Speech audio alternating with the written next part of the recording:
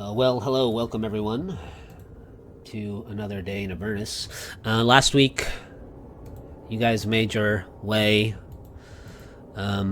following one of Lulu's visions, extracted from the depths of her memory by Mad Maggie, to this place sort of northeast of Knucklebone Hill along the River Styx. Lulu believed that this place you find yourselves at now was the next stepping stone into discovering the location of a place called the Bleeding Citadel that Lulu believes houses Zariel's angelic sword. Upon arriving at this place, you found a group of knights impaled upon these twisted iron trees, having their blood leached from them by these swarms of sturges that were flying between the knights and the lower levels of the hillside here, flying between the knights and a single man atop a larger tree at the top of the hill, bringing him blood and pumping it into him to keep him alive. You briefly spoke to this man and learned that he was one of the original Hellriders that rode into Avernus with Zariel 50 years ago, when she first came here as an angel still. But he betrayed the Hellriders, and in fear, with some of his other companions, fled back through the portal and closed it behind them, leaving Zariel and the rest of her forces on their own, with no means of return to El Terrell. You decided to, after hearing this man's story, release him from his imprisonment, impaled upon the tree, and as he turned to dust and scattered away upon the winds, the infernal winds here, all of the sturges in the area instantly turned to swarm towards your party as the rest of the knights impaled upon the trees reached their arms into the air and wailed in horror. You can all hear now just the flapping of the 24 or so sturges that are now converging upon you all here, and somewhere off in the distance, it sort of sounds like it's coming from every direction. You can hear the galloping of hooves. And I would like you all to please select your tokens and roll initiative. As you're bracing yourselves for the sturges to swarm you all, Sylvie beside you, up on the hilltop, the earth cracks beside you, and another one of these metal trees quickly presses up from the ground, and on the base of it you can see like a stone plaque kind of emerges from the base of the iron trunk of the tree, and you see your name scribble along it, sort of burned into it, kind of as it writes itself out. And it says, it labels you a sympathizer to betrayal. And I'm going to, as I often do when the volume of creatures is high, just roll these sturges in groups. I just like being transparent about how monsters operate sometimes, so as you can see, they're all color and number coded. These are going to attack you in just groups instead of going through a massive turn order of 2 HP creatures. I have a feeling Mavathor will deal with these pretty quickly. Yes. Let's see. How many did I roll here? 1, 2, 3. 1, 2, 3, 4, 5, 6, 7. Okay, I didn't miss any.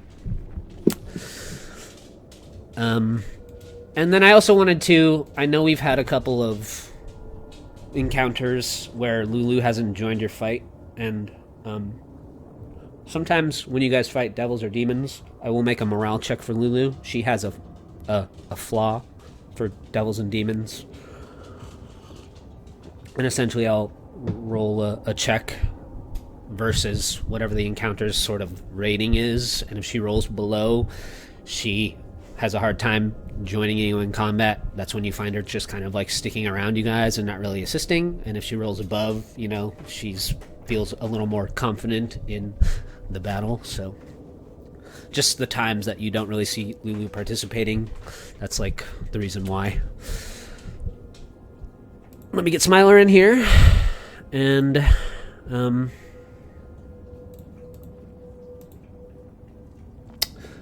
the only other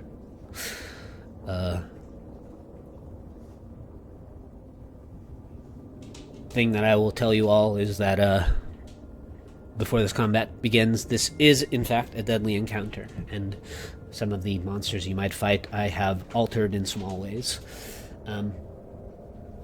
Other than that, let us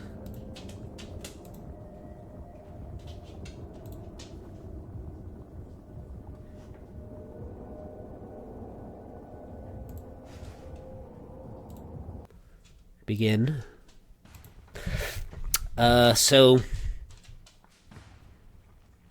you can see from some distance away. Also, you know, I kind of put your guys' when we got into role-playing and stuff last week, we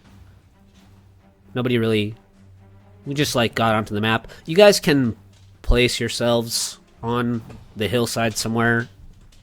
Like, you don't have to be... I put your guys' tokens there. You guys can put yourself somewhere if you want to.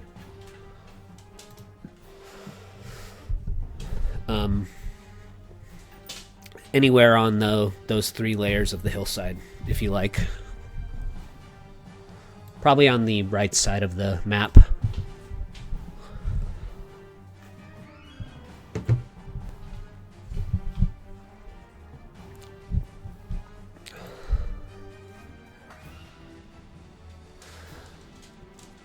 As these little bloated creatures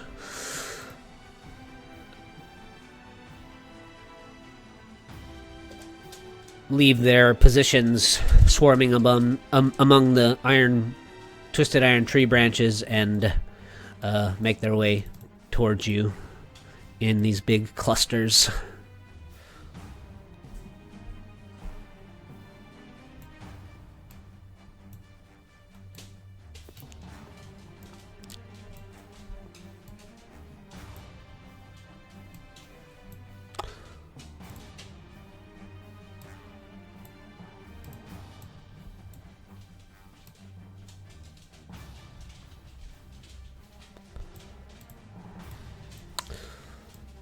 The first little grouping of them making their way to you, Mavathor.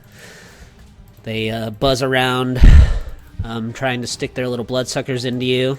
I really highly doubt any of these are going to pierce Mavathor's defenses. You manage to kind of swipe them away with your shield as they approach. And Krayley, you're up. Okay, Krayley's going to go ahead and equip the longbow, and then use a bonus action to activate it through Kando, wrapping it in that gray flame. And then right now Krayley only has those magical arrows +2, so he's going to lose 2 arrows at group 4 for the first attack in that action. Do that. Fires on. Oh, 19 and a 7. Your first arrow strikes one of the sturges, just turning it into a blood mist, kind of that splatters all across the front of Mavathor. Your second arrow goes zooming out off the hillside. Okay. And that'll be my turn.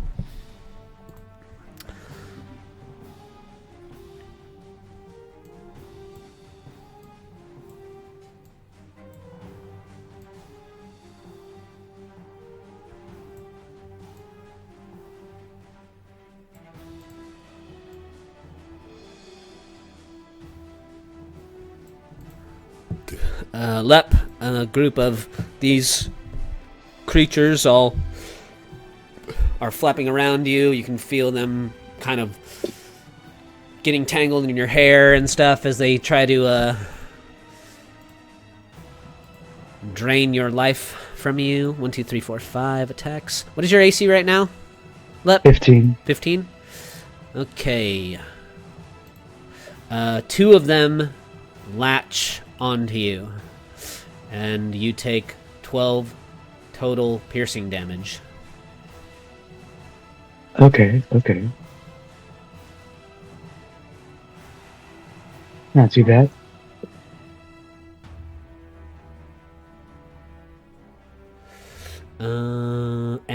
And these 2 sturges are, let's see, how can I signify that?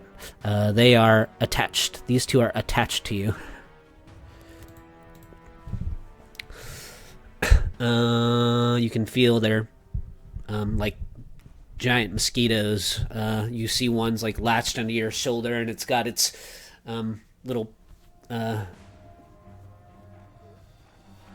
maw like pierced into your neck, and you can feel the blood just draining out of you. And another one's kind of like it's flown up one of your sleeves, and it's attached to your arm, kind of inside your robes. And Smiler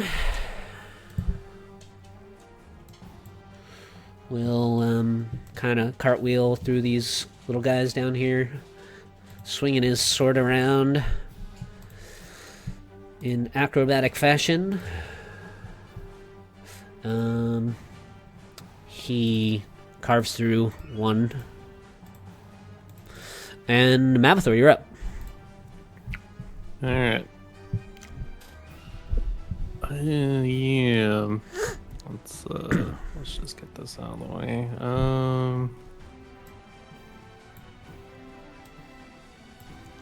Spirit Guardians. I have a question. Why is your HP so low? Because I didn't heal myself. Oh. That's right, you guys fought the hogs, huh? Kind of forgot about that. I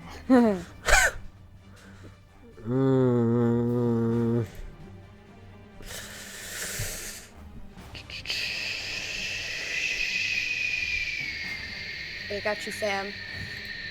Can't heal much, but I'll try. I'll tell you right now, Lep is gonna heal. Or try to, at least. Well, Throw a potion. I had planned this encounter,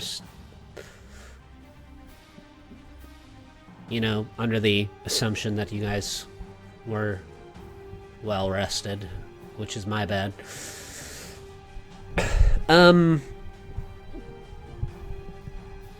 Maybe I'll just, I guess we'll just deal with it. Sorry, go ahead, Mavathor. Okay. And then, yeah. Not sure how to make an aura effect. Oh yeah, I'll do it for you. Okay. It's 15 feet, right? Radius? Mm-hmm.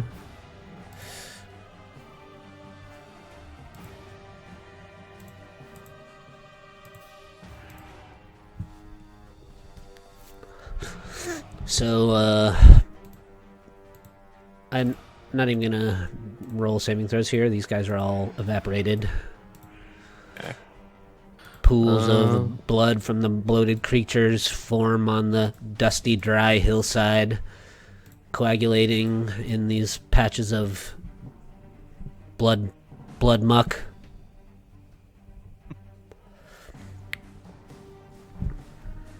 Oh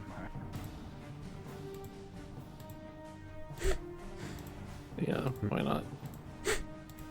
Yeah, and then as a bonus action, he's gonna drink a potion of healing. Oh, yeah. Just a quick question. I know someone last week maybe said they drank the last random magic potion they had. How many random mystery potions do you guys have left? I still have all 6. Oh, okay. I have one left. Maybe it was my other group because I handed out a bunch to them too. Find mine.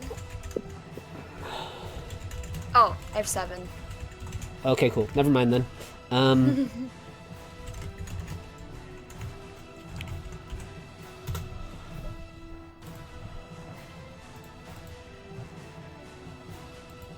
Did I...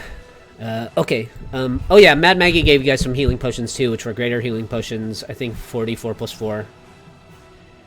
You guys got some of those in your transaction with her. I think she gave... It was a total of 4, so you each have 1. 44 plus 4, greater healing potion.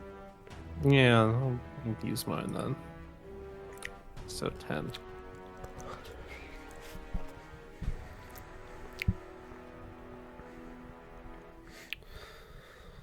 And that'll be the end of his turn. All right. Let's see. What groups are totally wiped out? Red and orange. I'll deal with that when I get there. Okay.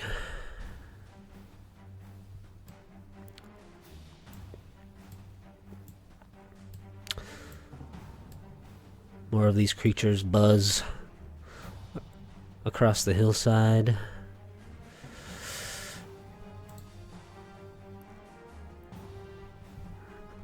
I think that they're too dumb to really know, so as they fly into your spirit guardians, they just explode in little bursts of blood. At the edge of the radius of your spell there, Mabithor. And, you know, you're just kind of like drenched in blood now as all these creatures explode, as you kind of wade your way around the hillside. Covered in red, sticky goo. Sylvie.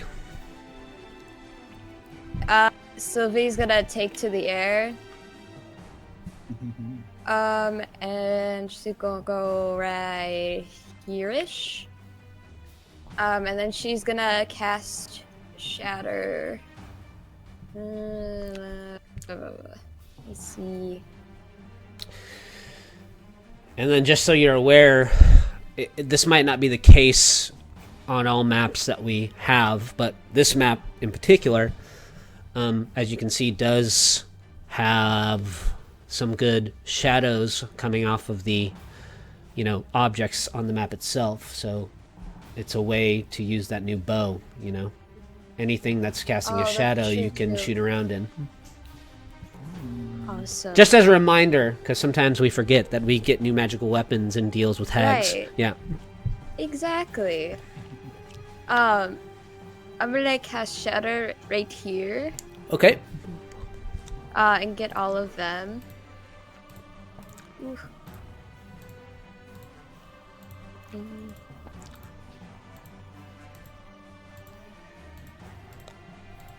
Oh, ignore sneak. I keep forgetting to turn that off. It's all right.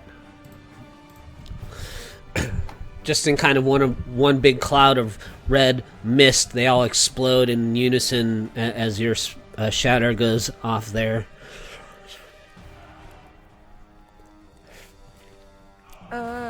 And then how high are you flying? probably about like, I would say like 15 feet in the air. Okay.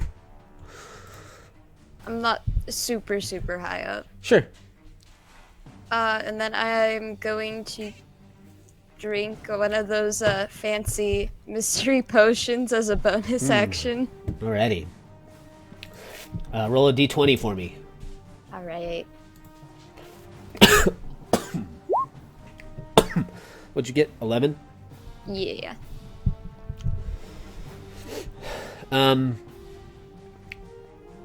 You feel a surge of healing energy rush through your body, and seeing as you aren't damaged, it all kind of surges together into the palm of your hand, and you can throw it at one of your companions if you want.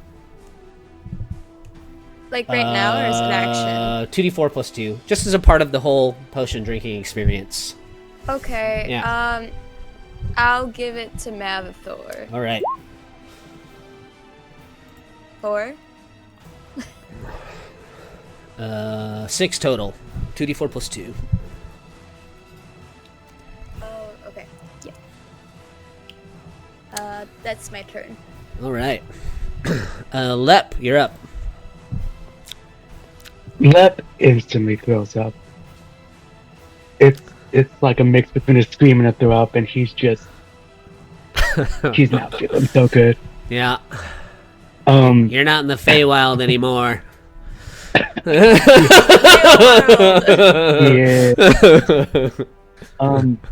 But after that, he'll look towards Mavathor and sort of like put his hand on his shoulder, and he'll activate his little power and called Bomb of the Semicords.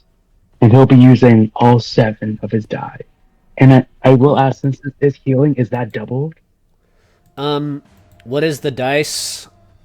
It's 1d6 per.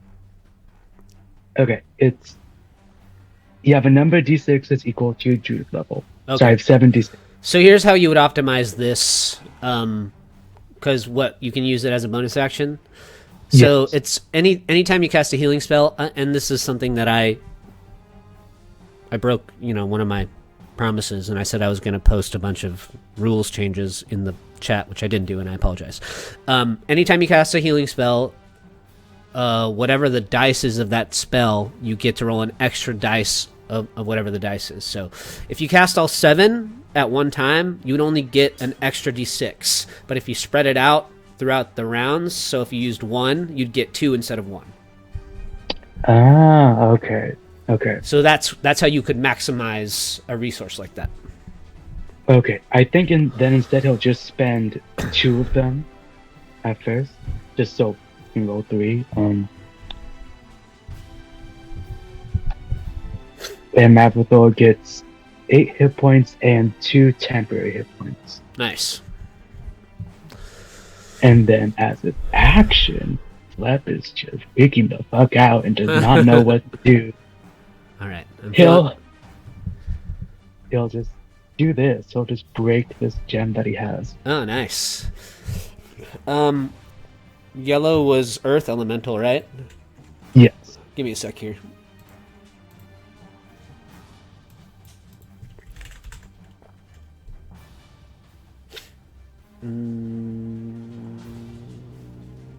Tear Sylvie go, Lep, what the hell is that? It's okay. We just need to get out of here. This is fucking crazy and scary. And there's Yeah, I so agree much with you on that blood. one. There's so much blood.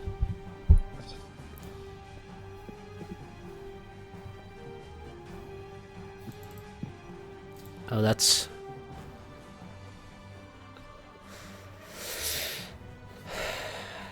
They updated the compendium, but they kind of regressed on it, and all the tokens are messed up, so...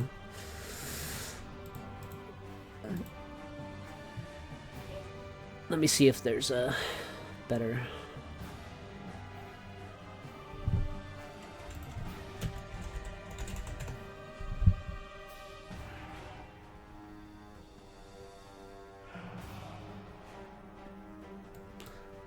Will this give me a token?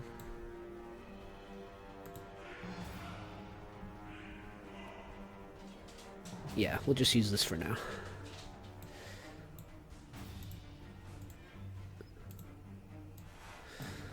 Where do you want? Where do you want him? Right here.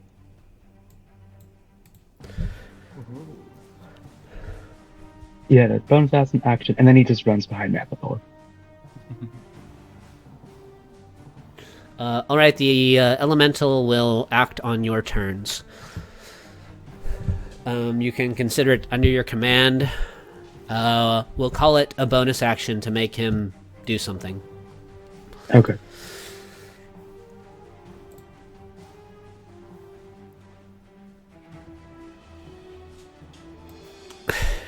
And maybe I will move clutter.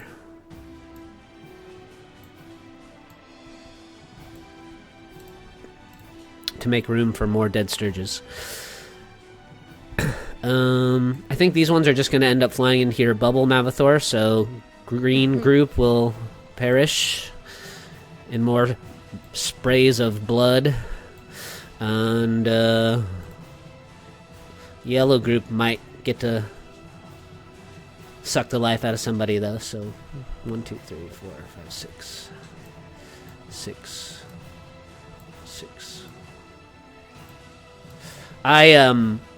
Did any of you guys play Elden Ring? Well, I'll tell the story throughout the combat while we play. So, Hell yeah. Okay, these guys are all dead. I played a little bit when it came out, but I didn't really get too far. So I started getting like Elden Ring in my feed on YouTube, and so I downloaded it again, and I made a Zariel character, a character that looks like, you know, the Avernus version of Zariel, and I've been playing Elden Ring as Zariel, which has been kind of fun. Awesome. Krayley, you're up again. I should have asked this quite many sessions ago, but Mavathor, what size are you? He is medium. Oh, sorry, I forgot something. As you guys are continuing to hear this beating of hooves around you, they seem to be closer, and suddenly, like, the sound of the hooves from every direction kind of all comes together, and off to sort of the west side of the hill, back towards the river Styx, up in the air, about 300 feet away, you can all now see a cloud of black smoke barreling towards your group, about 300 feet away up in the air. And sort of near the front of the cloud, you can see this flaming mane poking out of the front of it with these hate-filled ember eyes, and you can see also sort of riding within the cloud itself the shoulders and head of this black armored figure, and you see him raise this sword up in the air that's maybe 8 feet long, the blade, and he runs his hand up it, and as he does so, flames just sort of ignite up the blade. And 300 feet away, these two entities are coming towards you. Oh no. Maybe changes my plans. No.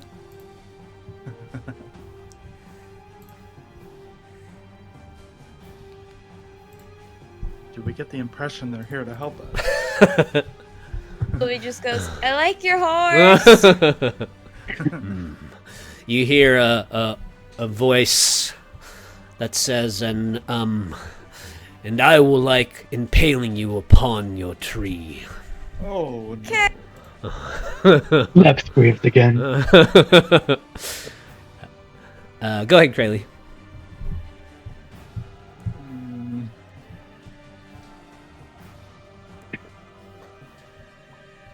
Well, I'm sorry, Mavathor. My plans have changed due to this sudden introduction. Let's see what I have here.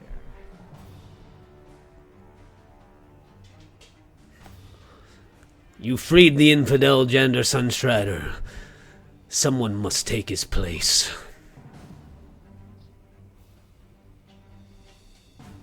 I will aim for the rider with this attack. I'm going to do one by one here. So my first attack against that rider, then I'm turning to face them using my +2 arrows. So 17 to hit the rider. He's 300 feet away, so you'll be at disadvantage. It is okay. Yeah. You can still shoot, but it'll just be... Yeah. I'll still do that at disadvantage. Should I just roll again then? To kinda... An 18 will miss. And With the sharpshooter feat attacking at long range doesn't impose disadvantage. Oh, nice. thank you. Thank you. 18. I had some bonus. 18 will miss. Fair. Then for my second You attack for tried. that action, I'm gonna try again. Oh, I shouldn't have done disadvantage. That's okay. Just go with the Yeah. 17. Your arrows arc out across through the air, disappearing in the billowing cloud of black smoke that's flying down toward you. I would like to use a bonus action for that second shot to use curving shot. I don't know if my character has it here. Yes.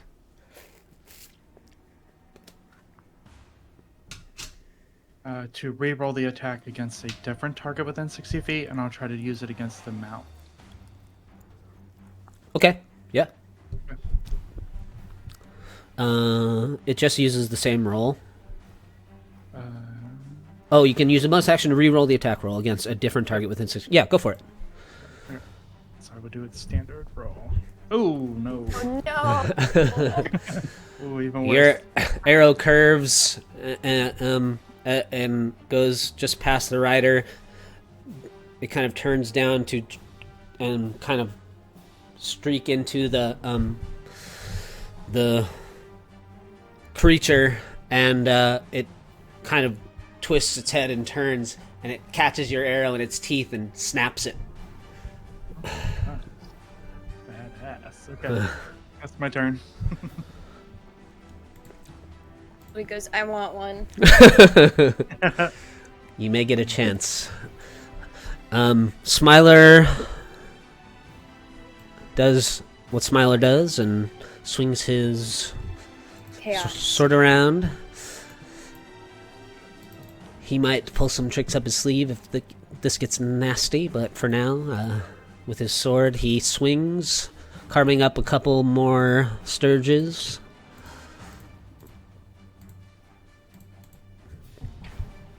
And, let's see.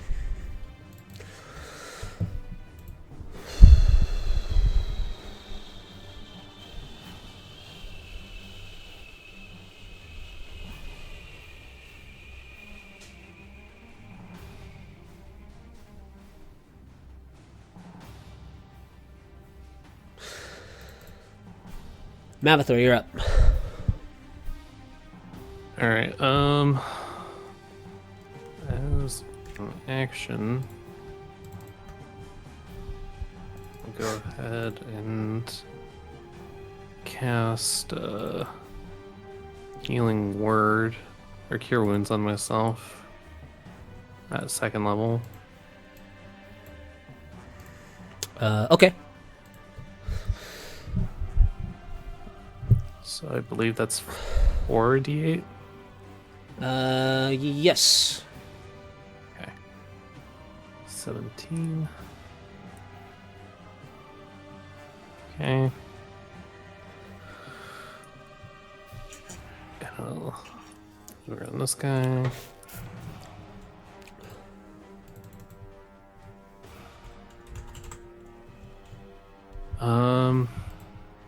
And yeah, I guess I'll on my turn here and wait for this guy to show up.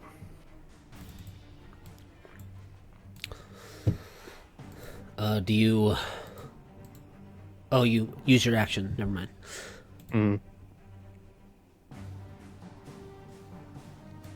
All these purples have bursted.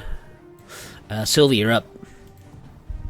Okay, I'm gonna try this shadow meld thing. So first I'm gonna go like a right here-ish, hide in these shadows, and I am going to.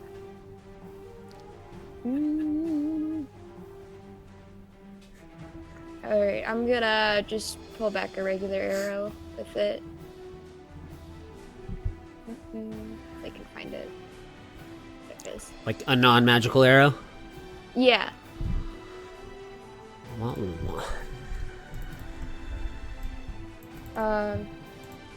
And I could go up to 30 feet, right?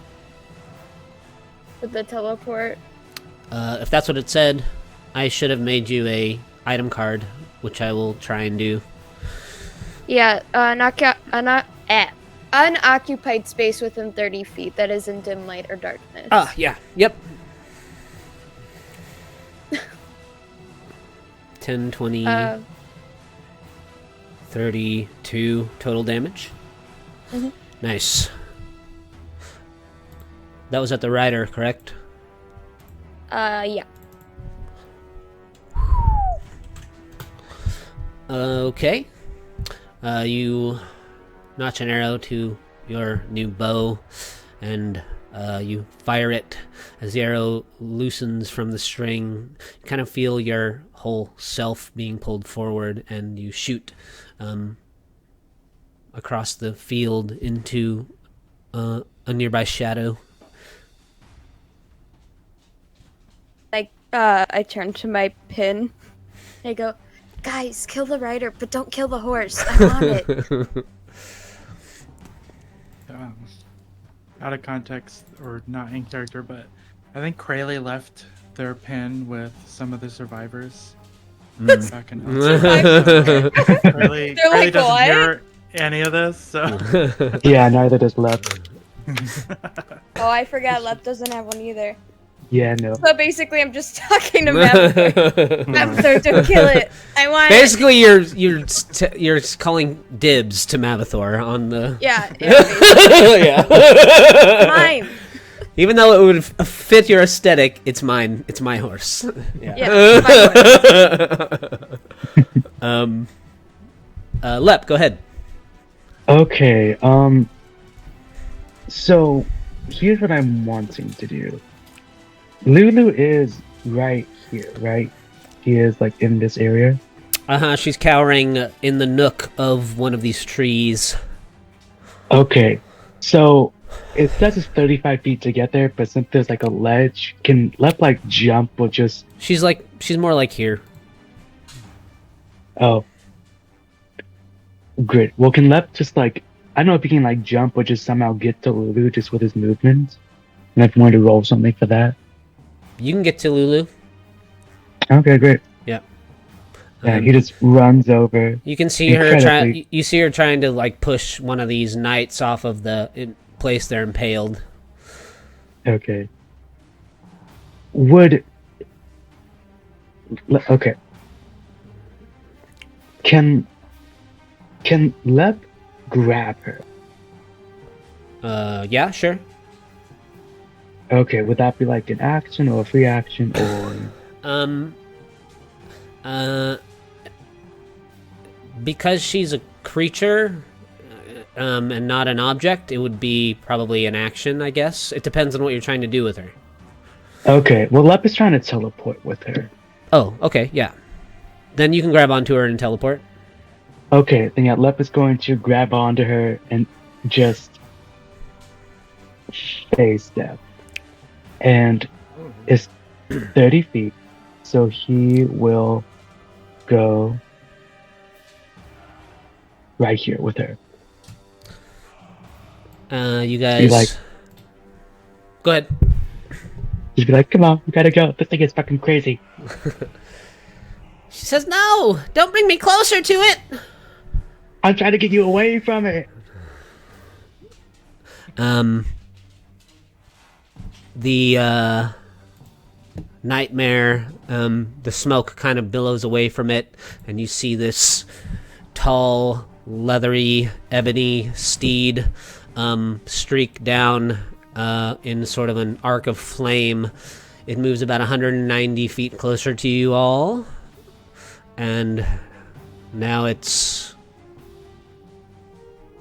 110 feet away from you, Sylvie.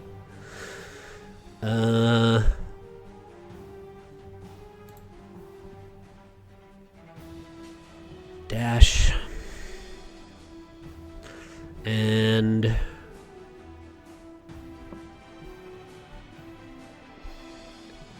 then the nightmare and its rider disappear. And then this group of sturges all swarm around you in the shadow.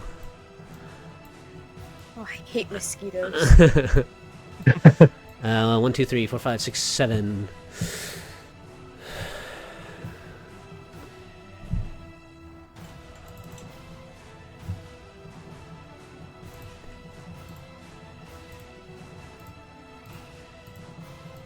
What's your current AC, Sylvie? 17.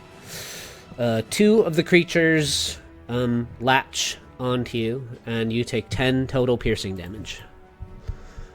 I will mark the 2 that are sort of latched on. One's kind of latched right on the back of your spine between your 2 wings, and the other one's kind of down around your collarbone. Just they're both kind of stabbed. You can feel like the needle that comes out of their little beak pierce into you, and they start pumping blood out of you. You can see their bodies getting fuller with your life force as they this horrible slurping sound as they suck the blood out of you. Nice. Krayley, you're up.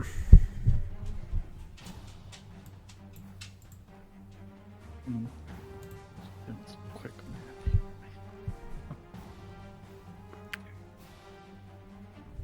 math. Okay.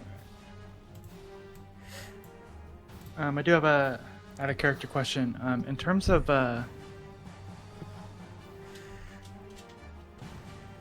some of the items we have, I know previously when I used Thunderstep, we kind of went based off of my arcane shot spell save DC, so to speak. I would assume those don't scale those items. What is your arcane shot DC based off of? So it used to be 13. Oh, sorry. It is bring it back up here. I can never remember off the top of my head. Okay, it's based off of my 8 plus my proficiency plus my intelligence modifier. So it previously was 13. It would now be 14. I just wanted to... I'm fine with the belt scaling with your arcane shots. Yeah, I'm fine with Okay. that. Yep. Cool. I think you knew right where I was headed. We'll go ahead and head up to Mavathor and tell Mavathor. Let's go help Sylvie, and I'll reach out a hand. See if you are willing to take it. Sure. Okay.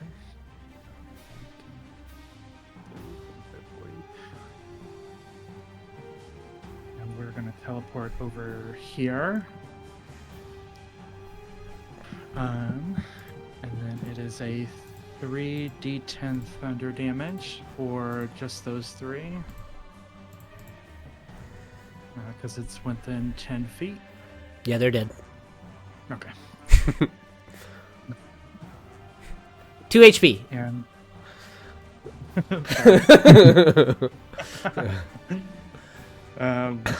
that's gonna be my action for my turn. Thank you, Mavathor.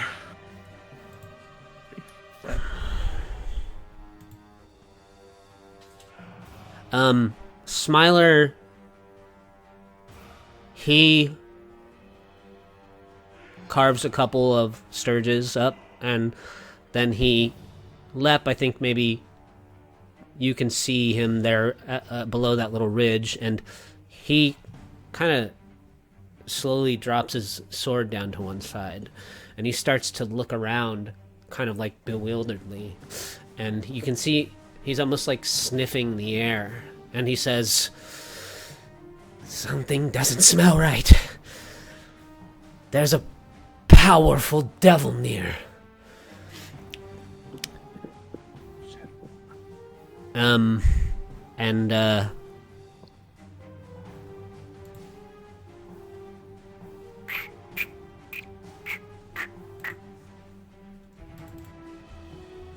You see Smiler disappear as well.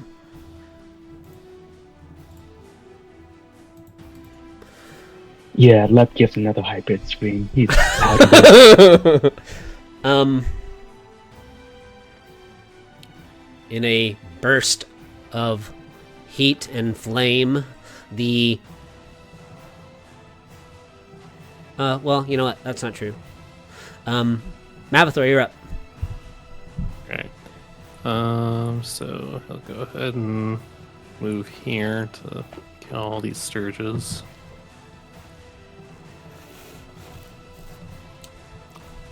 Guys, wake up, thank you.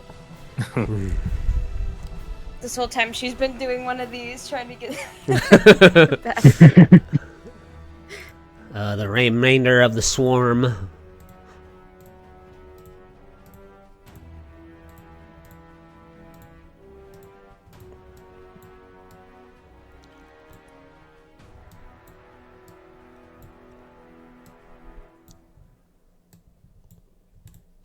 Bursts into blood splatter. Dexter is going to have a real hard time evaluating this battlefield after.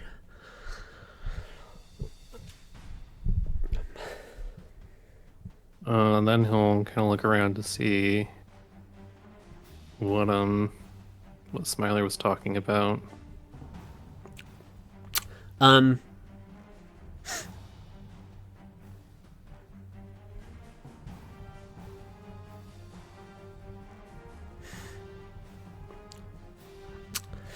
Make an insight check, I guess, maybe.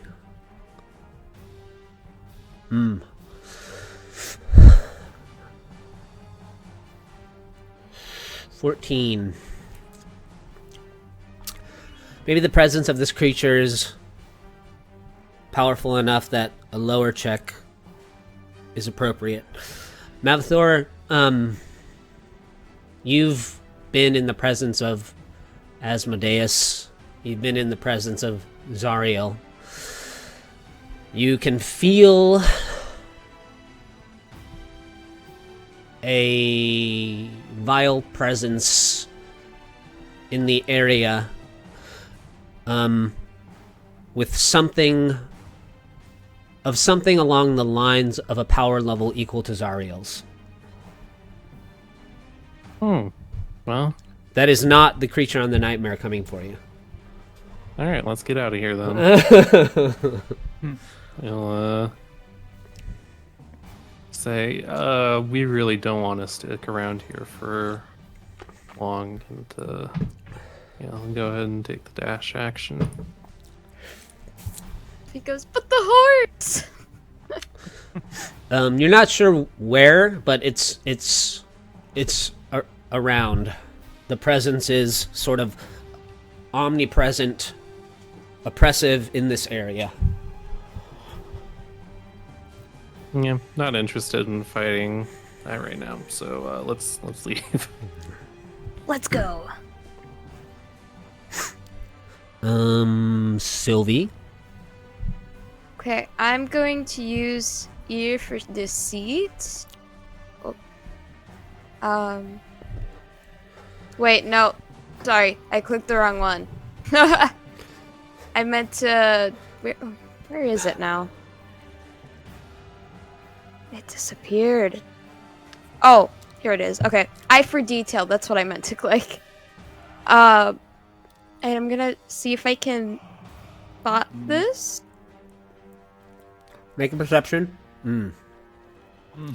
I really, really want that horse, guys. And then she's gonna say, okay, fine, I'll go. And then she'll dash after Mavathor. You hear a voice from the ether. No, it's too soon for you to leave. Someone must take the place of gender. Maybe you should take it.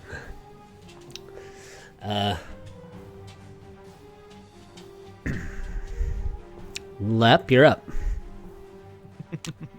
Lep is covered in blood and throw up and tears and doesn't know what the fuck he's doing, and is holding Lulu like a teddy bear, and it's just like, what the fuck are we going to do?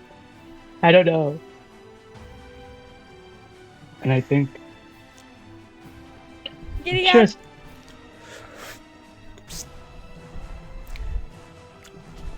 I think Lep is just so confused about everything, and he just wants to be home. So he's just gonna do a random chaotic thing and cast daylight on this tree. Doesn't do anything, he just wants to do it. Sure. And he's just like, fuck.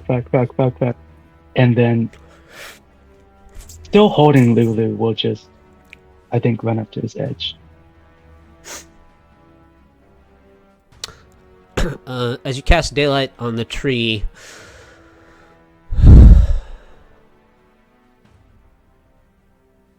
all the cracks in the bark, the iron bark, sort of illuminate, and this light sort of proliferates out from the tree, and then it bursts into flame.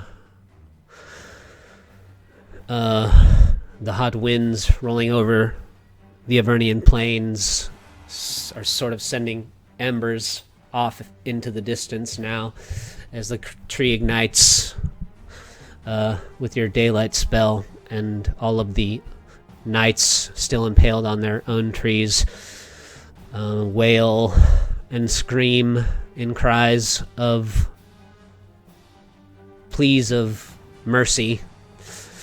And anything else? No, he's just holding Lulu and just scared for his life. All right.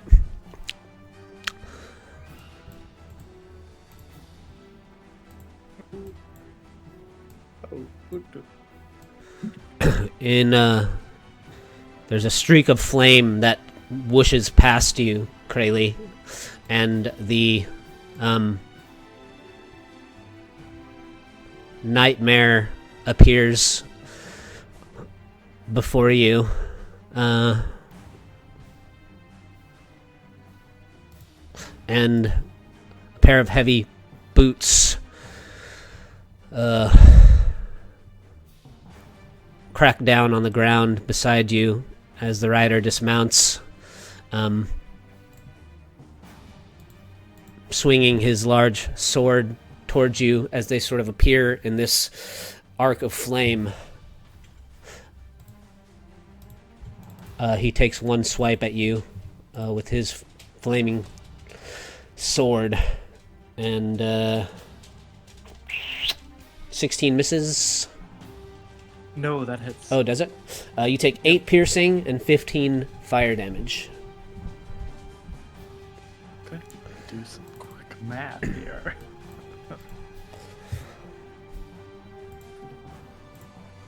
And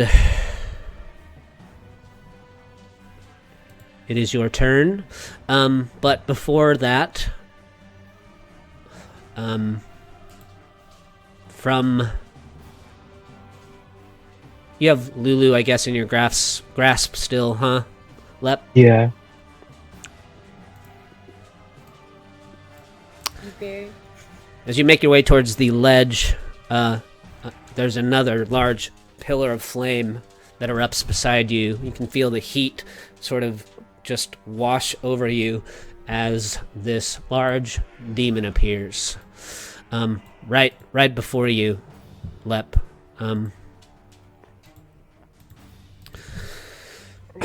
They are a large, leathery, red-skinned creature wearing a golden breastplate with a demonic face on it. Around their waist is a belt of human heads, and not skulls, heads, and kind of dangling off his belt as he appears. You can see he's got a great sword on his back, and he kind of extends his wings out behind him, and he reaches out, and his big mitt latches onto Lulu's head, and he tries to pull her from your grasp. I need you to make a strength athletics check for me. Okay. I think Left. He tries to scream. He can't. His breath does not support anymore. Oh no. You hear Lulu kind of let out this painful squeal as his big claws wrap around Lulu, and he kind of squeezes her and snuffs out her whimper, and he grins down at you, Lep, and he says, "Thank you. She will come in handy." And in a pillar of flame, they disappear together.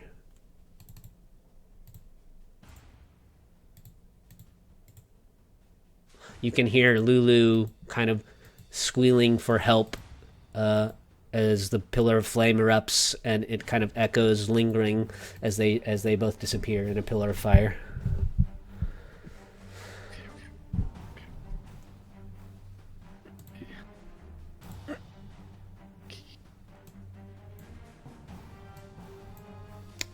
Krayley, you're up. Okay. Krayley is using a bonus action for a rabbit hop to disengage, essentially, without getting opportunity of attack up to 15 feet. 10, 15. I don't know if that kind of puts me on the hill or below the hill. I assume below the hill. And then I have a couple out of character questions. Did Krayley see the one tree burst into flames after left? Yeah, this tree here is on fire.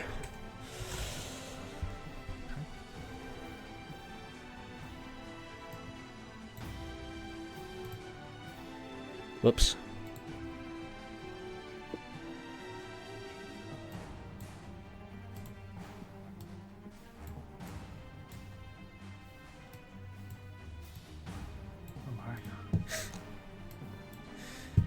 Okay, and then did Krayley see Lulu get kidnapped? Everyone. Okay. Krayley will use the attack action then. I am not going to use sharpshooter on this. And instead of making a regular attack, I am going to use... Where is it on my screen? Seeking arrow for the first attack of that action. And I want to aim for that demon that just grabbed Lulu. He's gone. Or seek out. So it goes the full range, it just doesn't hit anything.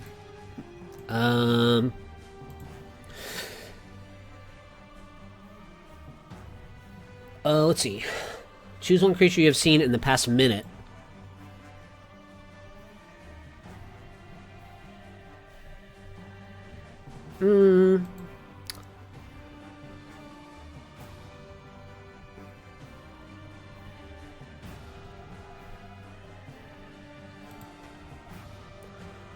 I guess ultimately if they're in range they have to make a dex save, but if they just truly are gone, then it just kind of goes...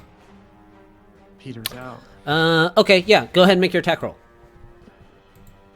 As you see the pillar of fire appear, there is a moment. You guys kind of acted on the same turn, so there is a moment where you could shoot him. Yes.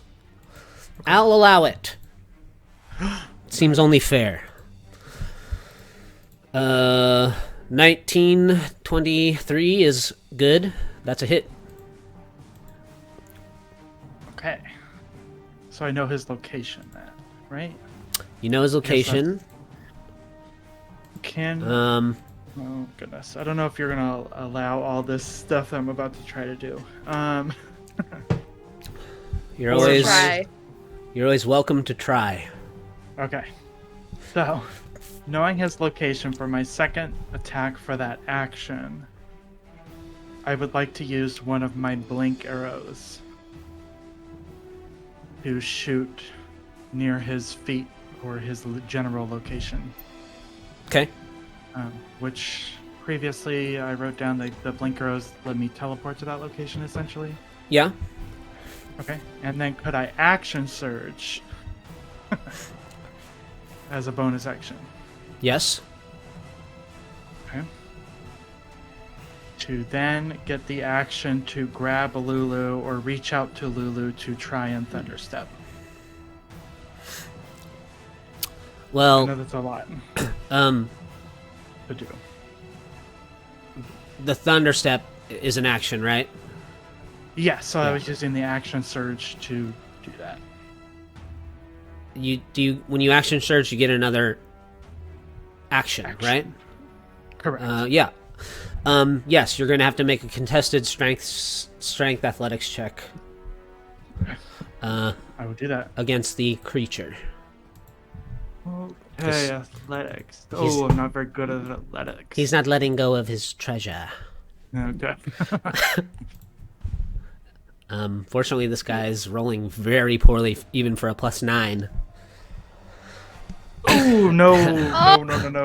I rolled an 11, so you didn't even have to go very hard. But okay. as you blink with your second arrow, you reach up.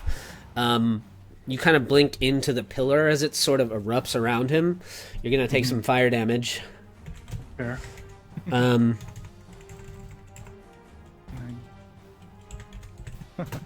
And you get your hand. You feel just at that last moment, you get your fluffy paw around Lulu, and as the pillar erupts, you just feel her kind of slip out of your grasp. And when the flame is gone, so is Lulu and this devil. It was a valiant attempt, Yeah. and you almost got her. Yeah. I don't know if that would have been Okay. good or bad for you, but Fair. That's all my turn. That's everything I could do. all right.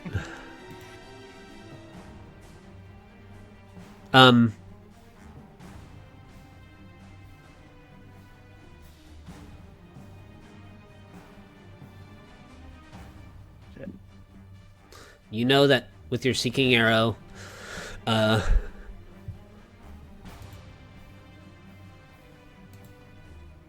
this entity has transported quite far away, actually to another level of the Nine Hells. And Does,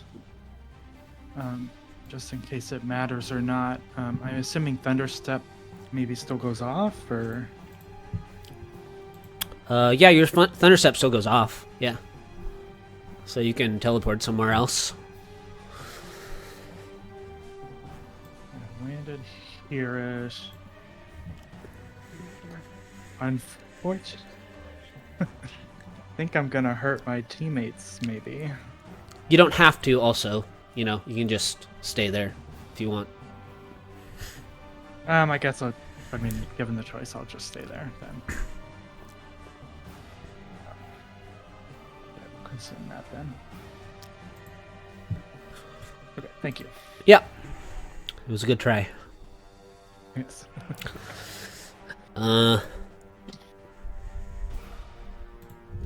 The armored fellow, he's about 10 feet tall, with his greatsword nearly as long as him, he begins to trudge towards the rest of you, sort of with one arm back, dragging his sword behind him. You hear him saying, "What a mistake coming to Harumon's Hill. But it's going to be nice to have fresh blood dripping from my trees." And, Mavthor, you're up. Alright, well, this kind of sucks. I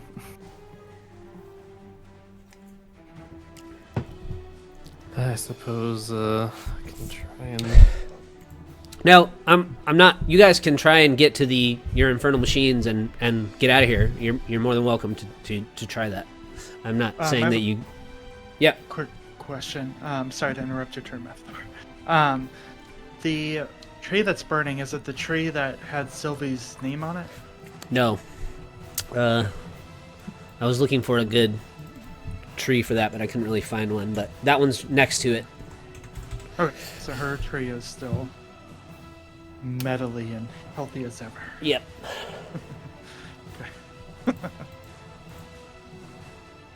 Thank you. I just wanted to clarify. That's okay. I mean, we can try and take this guy down now that the really powerful devil is gone. So he'll move here, and as a bonus action, make all of his shadows appear. Oh yeah. Mm-hmm. It's a lot of shadows.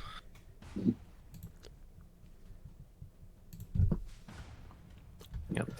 And then he'll... well, since the guy's in his Spirit Guardians, I'll just roll the damage. He can make his save.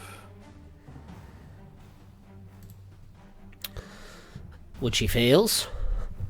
17. Mm-hmm. And then he'll drop Is it concentration. radiant or necrotic? I always forget for you. Radiant. Okay. And then he'll drop concentration on Spirit Guardians. And then he'll cast Bless. Yeah. Why not go on? He'll cast a 3rd level and target all of his shadows with Bless. Whoa.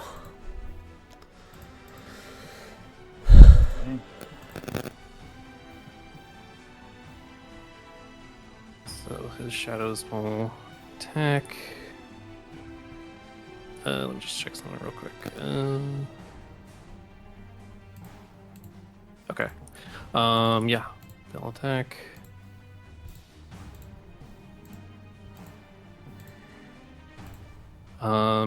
So they have an additional +5 to hit and an additional D4 if it matters. 2 of those attacks will hit with a +5. Even with the +5, the rest will miss, even if they hit their bless. Okay. So takes 16 necrotic damage, and his strength score is reduced by 5.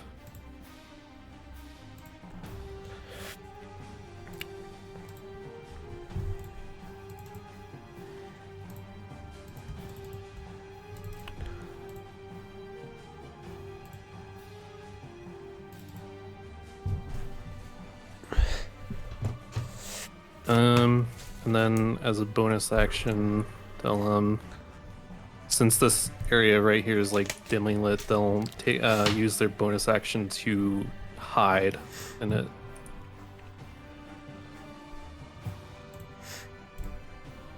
Yeah, you can make stealth checks for them if you'd like.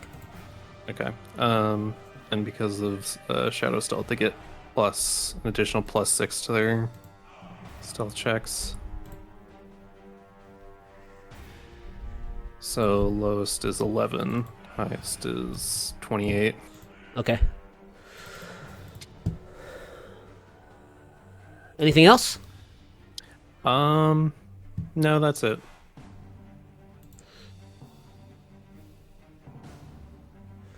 Sylvie, you're up. Just I don't want to do this. I feel like it only makes sense right now.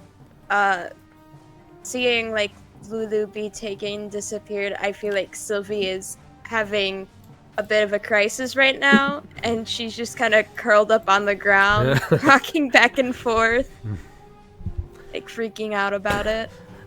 You assume the fetal position. Would you like to take the dodge action while you're doing that? Yeah, sure, why not? Okay.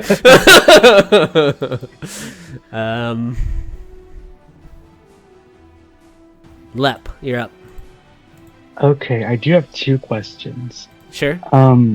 First off, in daylight, it says that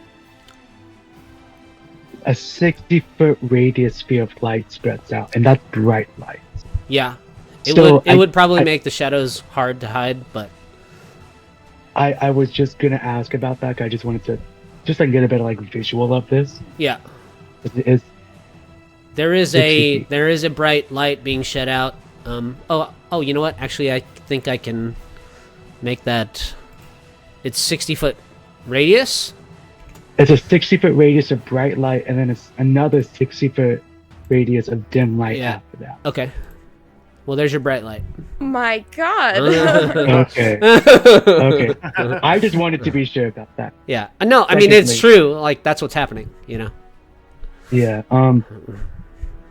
Smiler just disappeared, right? Well, as far as you know, yeah. Okay. Lep is having his own crisis, and I think it's just gonna Just take sitting an there action. going like this. He's just gonna take an action, and I think just try and just spot Smiler. I don't think there's anything else he can focus on. Okay. I think he's You can make a perception check, and I'll give you advantage. okay, because he's out of it. Mm.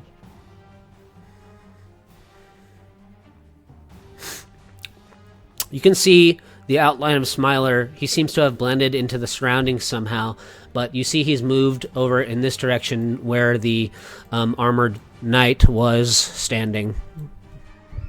Okay, then Lep is going to use his bonus action and yeah,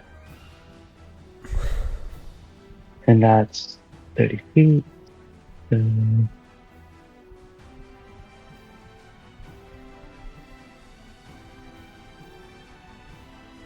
He'll just move right there and then spend the other 40 feet of movement just running.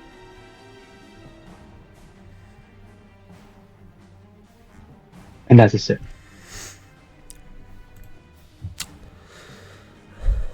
The nightmare turns its attention towards you, Lep, and gallops the short little distance down towards you, raising its hooves up in the air and attempting to come down on you. They miss. They kind of slam into the ground as his flaming mane kind of is whipping around. And Krayley, you're up. And actually, I'll be right back for like 30 seconds. I'll be right back. Okay. Okay.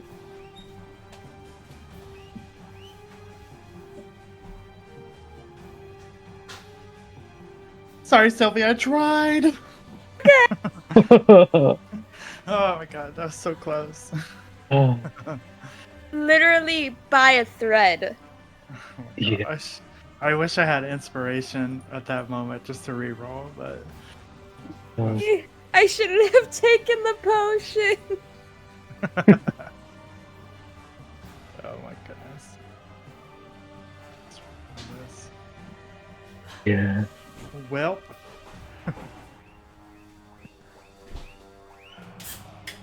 I should think. Yeah. Okie dokie. Go ahead, Krayley.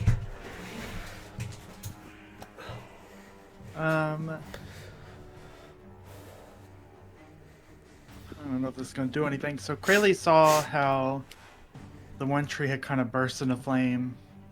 And I think Krayley was close enough to when Sylvie pulled off that individual to see the other tree sprout. Did Krayley maybe see that that tree had Sylvie's name plaqued on it, so to speak?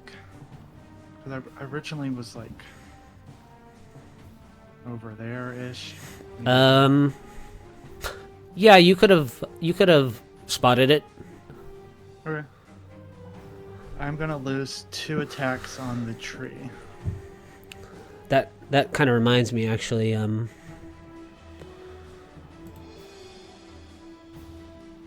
When Mavathor, when your shadows all strike the fellow, sort of just behind you, another one of these trees sprouts from the ground, and once it kind of fully emerges, another plaque sort of etches with your name on it, Mavathor, and underneath your name it says assaulting an officer.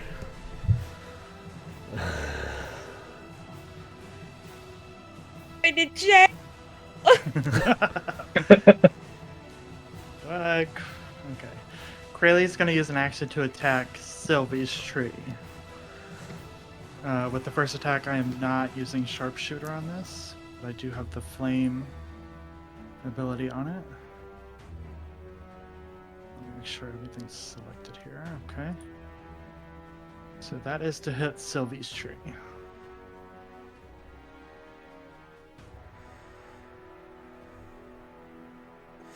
Yeah, your arrow strikes the tree.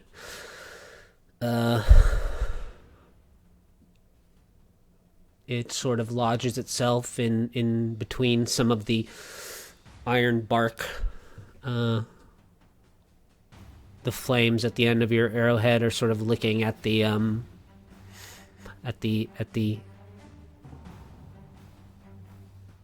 tree. My second attack for that action will be to the same tree, just to see if anything happens. You hit the tree a second time, and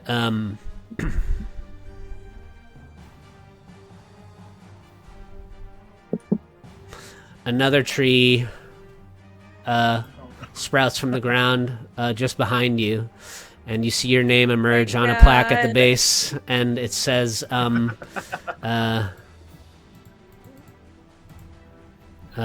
your name appears clearly disrespecting an officer's.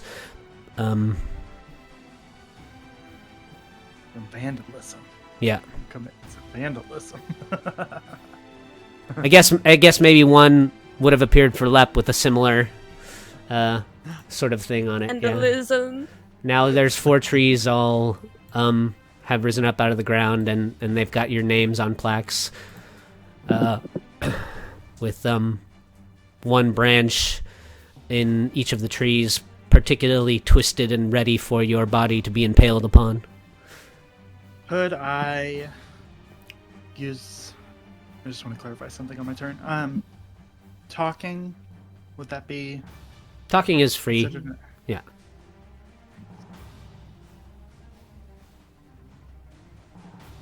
I will go up to here.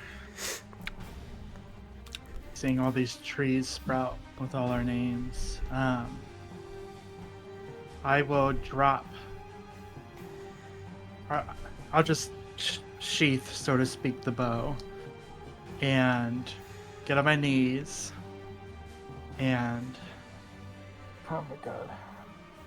Present my kind of arms, oh my god, in like a handcuff way. I don't know, that sounds weird, but to this individual and say, all of these actions have been me. I'm the one causing all this mischief.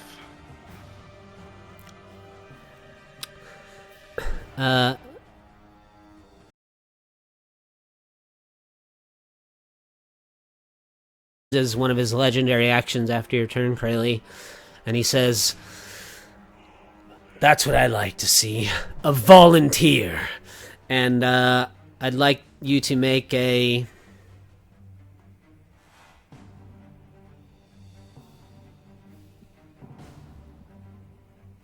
Constitution saving throw. Okay.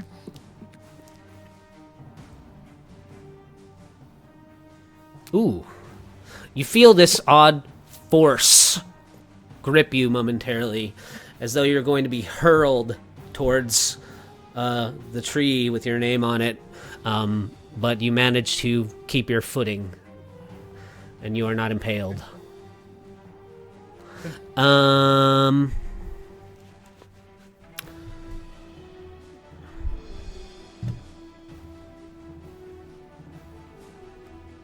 I guess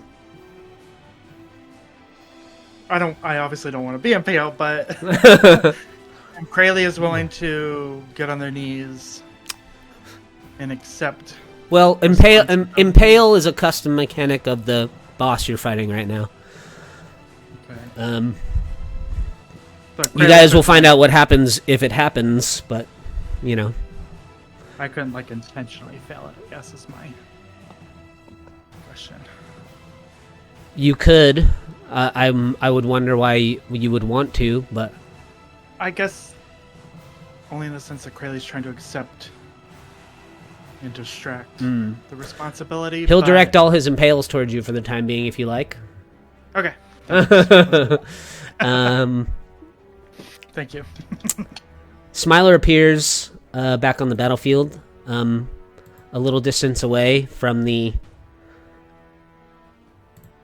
nightmare on the far end of the field, and he's got a lasso he's swinging over his head, and you see him kind of grinning at you, Lep, and he winks and he hurls it and tries to get it over the neck of the nightmare. I guess I'll just make an attack roll.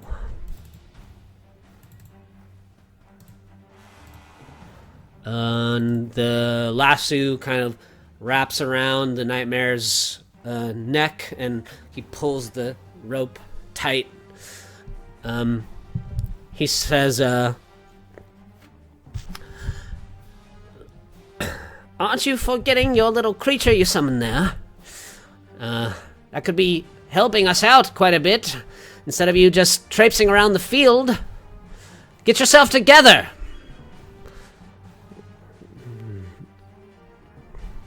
Oh yeah. And after Smiler's turn, before he goes, he's going to use another legendary action to try and impale you again, Krayley. So make it a con save for me. Oh. You feel that force slam into you again, and you go flying, and you get impaled. The trunk of the tree goes through your chest, and you find your back against the trunk of the tree. You take half of whatever your current HP is in damage, and I need you to make another Constitution saving throw. Okay.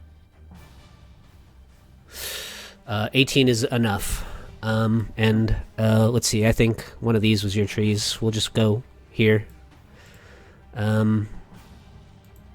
Whoops. Yes, everything's gone dark greatly.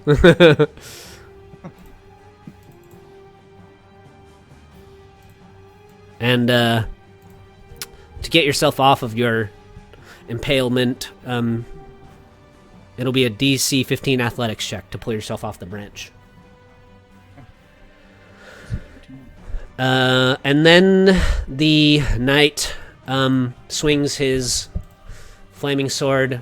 First, he will issue a terrifying command.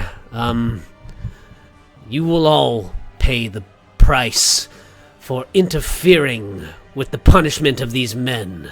I need you all to make charisma saving throws. DC 17. Does Sylvie have disadvantage since she's out of it? Yeah, I guess. Okay. I just felt like it was Sure. only No. fair. Yeah, for sure. Is this to frighten or charm us?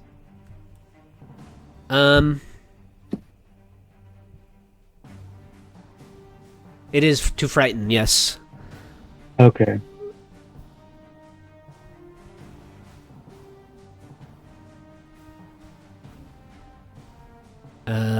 Are you immune to frighten? No, but he has advantage on the saving throw. Oh, okay. Krayley, you are also frightened. You are also frightened. So you have a disadvantage on ability checks as well. If the source of your fear, you guys can make these saving throws again at the end of your turns. But the rest of you, all of you that passed, are immune to terrifying command for the duration of this combat. Then with the reach of his sword,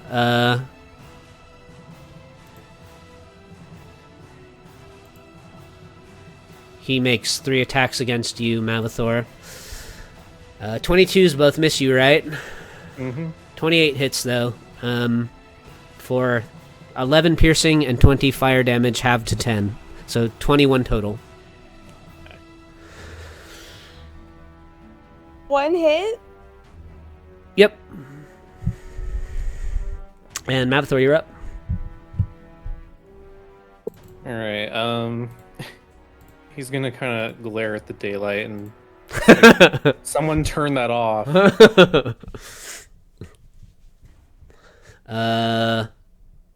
Yeah, I would say that because of the daylight, none of your shadows are currently hidden, Mavathor. Okay. Does Lep turn his daylight spell off? I think he would have to No. do it on his turn, but he could, Yeah. technically. Alright, well, he's just gonna be annoyed and cast Dispel Magic on it. Okay. To get rid of it immediately. Oh no.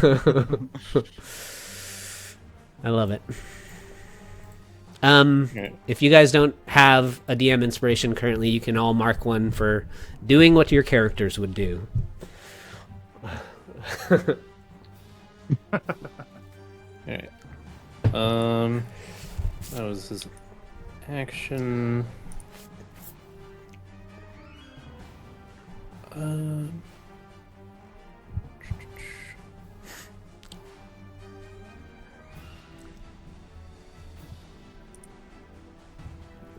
Okay.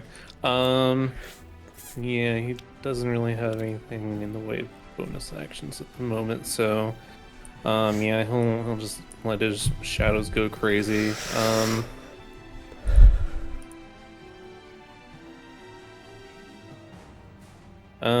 4 hit. Wow.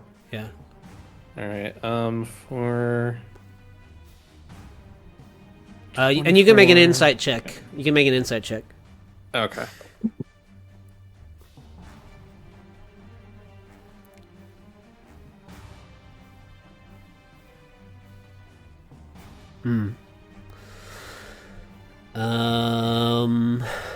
How much strength? Roll the strength. I'll total the damage. Okay, so it's 4 of them, so 8. He loses 8 strength. Okay. Anything else?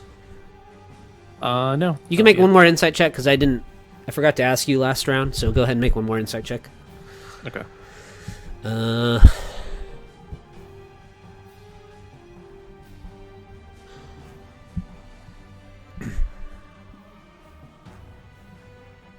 12. I would say, Mavathor, that you know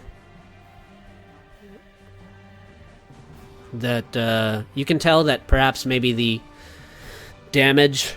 necrotic damage isn't really having an effect on the knight, but the strength damage still is, although it might be diminished. Okay.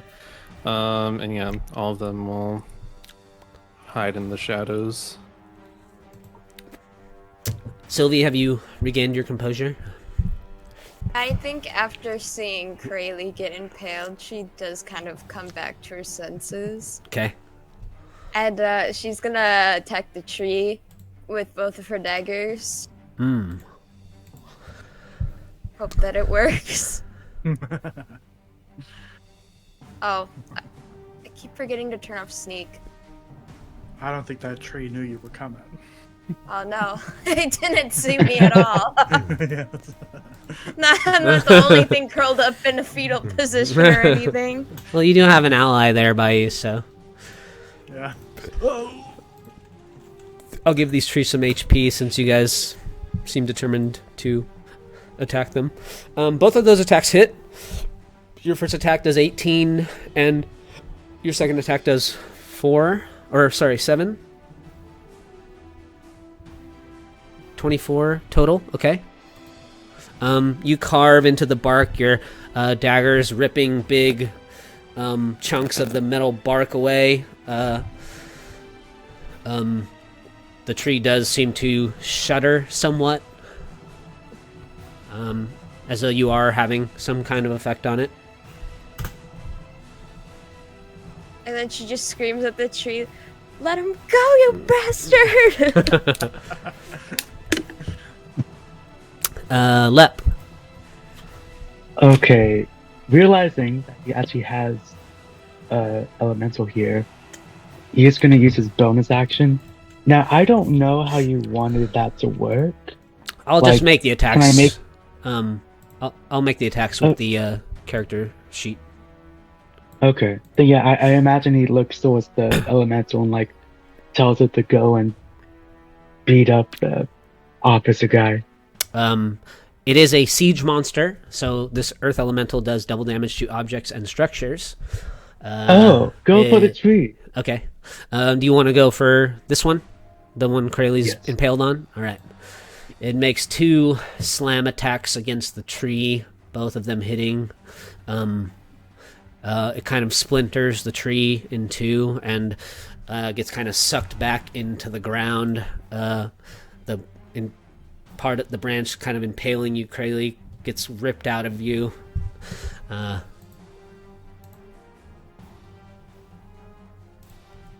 there's kind of a hole there in your chest and in the ground. Bonus action. Anything else, Lep? That was his bonus action, right? Or was that his action? Bonus action, yeah.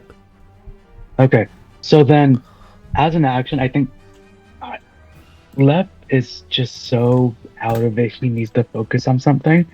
So I think he looks towards the horse and casts Speak with Animals. And it's just like, As- you don't look that scary. I think you have a nice mane. Make an insight check. Okay.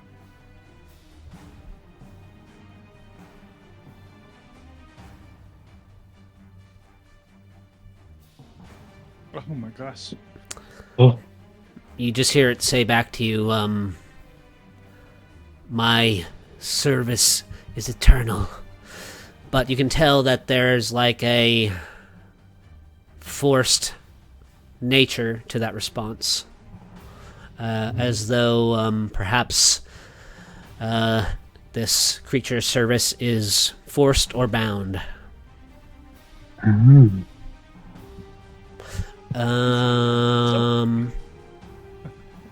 It tries to rear up and tap you with its hooves, but Smiler has a lasso around it and keeps its all 4 of its legs on the ground, and you see it try and kind of struggle and get away, but Smiler has a good grasp on his tether. And Krayley, you're up. Krayley's still feared by the knight, right? You are still feared by the night. You can make a saving throw, DC 17 Charisma, at the end of your turn. End of my turn. Your attacks currently have disadvantage against the knight. Sylvie. You can't move closer to him. Okay. So, Sylvie. We have to get out of here. And I'll extend a hand and see if she takes it. Yeah, she takes it. Okay, I'm gonna thunderstep. And I'm gonna thunderstep the full 90 feet in the opposite direction. Which I think is off the map. We just like dipped. I am scared as fuck. And then the earth elemental, and then I guess that guy in the tree and the other tree. So like this guy and this guy will have to make a Constitution saving throw of DC 14 in case that matters. Yeah, just roll the damage. Sounds good. D10.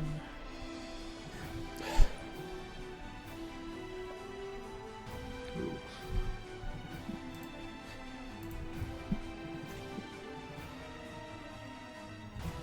The trees both splinter a bit. The elemental seems mostly unaffected. The man impaled on the tree below you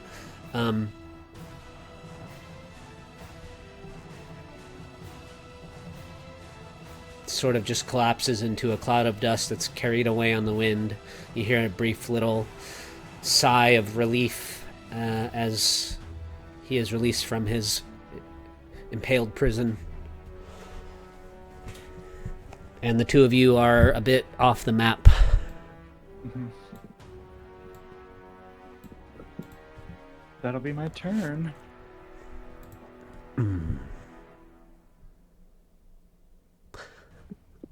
The knight says, "Looks as though your friends are failing you." And he uses a... my turn. Oh, go ahead, yeah. He makes a... What's that? Charisma Is it save? a con save? Charisma Oh, save? Charisma save. Thank you. And he will use a regained legendary action on you, Mavathor. Make a Constitution saving throw for me. Okay. Rayleigh uses the inspiration. And in response, he says, "I'm quite used to it by this point." All right, you're good. You feel this brief force try to latch onto you, and you hold steady in your footing. Smiler kind of draws himself in along the rope, and he tries to sort of tug the nightmare to the ground. Tries to pull it prone.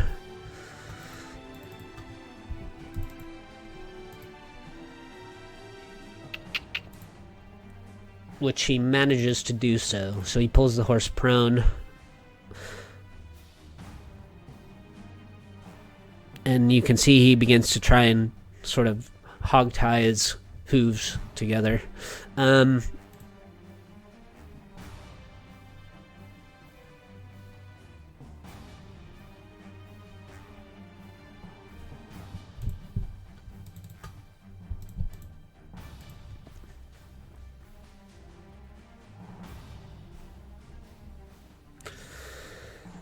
Let's see. Minus... He's at 11, so... half, 2... Okay. He makes 3 more attacks at you, Mavathor, with his long sword. Need a minus 4 from these. So, 21 misses you, right? All 3 of his attacks kind of slam into the ground. He kind of turns his head and looks at his steed, and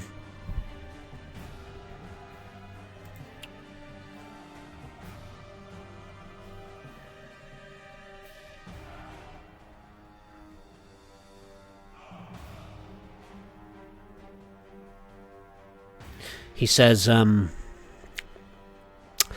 well, if you feel so disappointed in them, you could join me, you know. we could punish them together. And who are you to decide their fate? My name is Harumon. I am one of the Hellriders that did not abandon Zariel in her time of need.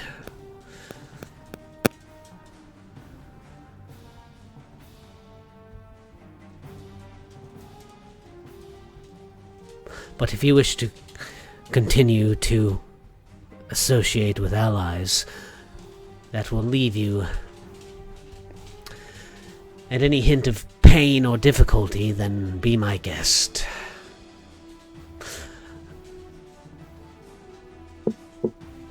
And you're up. Alright, yeah. He will cast Healing Word on himself at 2nd level. So that'd be 44. So he regains 12 hit points.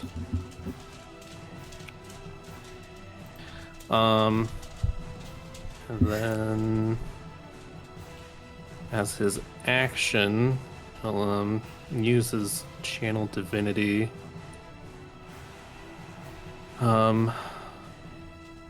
to make this guy has to make a Wisdom save or be charmed.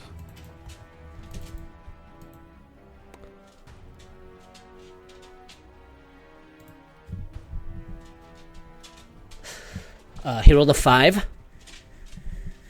He's charmed, and as part of that, he drops his greatsword.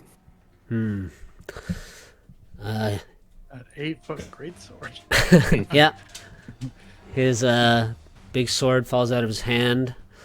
You see like a look of surprise through the slits in his helm as his burning ember eyes look towards you. And kind of saunter over and pick it up off the ground and say, "Oh, you're looking a little pale there.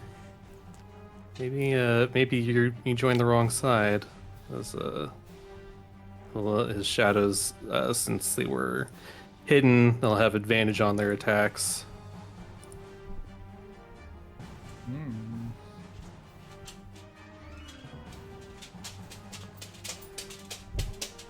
I don't think they really needed the advantage, but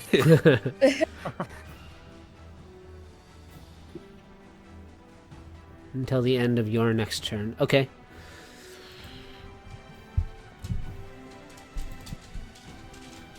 Roll the strength.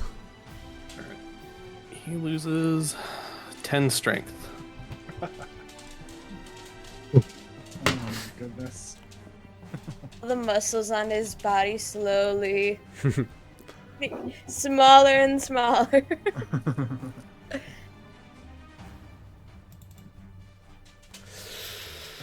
And the shadows will dive back into the shadows. Oh, nope, didn't mean to hit that. Whoops.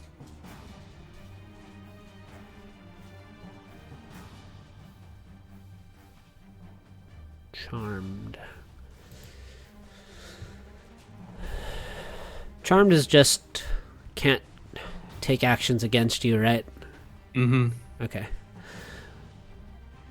Yeah, he can still hurt us. Wait, I don't know if he wants to take 5 attacks of opportunity from shadows right now. I mean, impaling is still an option. At the end of your turn, Mavathor, go ahead and make a Constitution saving throw. Oh no, sorry. He's charmed by you. Never mind. Sylvie. He was gonna do an impaled joke if you failed. You know, pale impaled. But Sylvie, it's your turn. Okay. And Sophie's gonna look over at like the rest of them, and then she's gonna turn to Crayley and be like, "Wait, we can't leave them." And she's gonna take off to the air and then use her cunning action to dash. Sylvie, no! I think she can only get to like here. with the dash action. And then I don't know if she'll be close enough. She's like 15 feet in the air. She should be able to reach him with her bow, right? Yeah, I think so. Okay. Yeah, she's gonna go ahead and lose an arrow to him. Nice. Snap. Ooh. And you get sneak attack because I'm within 5 feet. That's right. Thank you. Nice. Ooh. 22. Well, wouldn't that be doubled also? Because Oh, yeah, right. Double your sneak dice. So roll your sneak dice again. Okay. Hell yeah. Avernus, yeah. Oh. I'll leave. 27. An arrow pierces through his heavily armored body and sort of sticking out of his chest plate.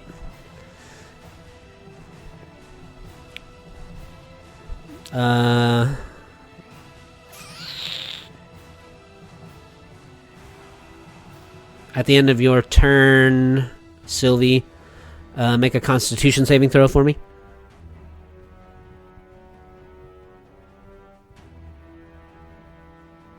Oof. Ooh. You feel your wings seize up and this force wrap around you momentarily, but you manage to maintain your position in the air. And Lep, go ahead.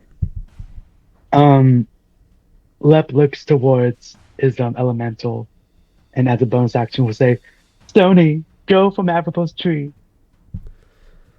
And he'll want the elemental to make 2 attacks on the Apropos tree. Ooh. Ooh. 30, 47. He starts snapping twisted metal branches off, shredding plates of iron bark away. The tree is sort of in shambles. Nice.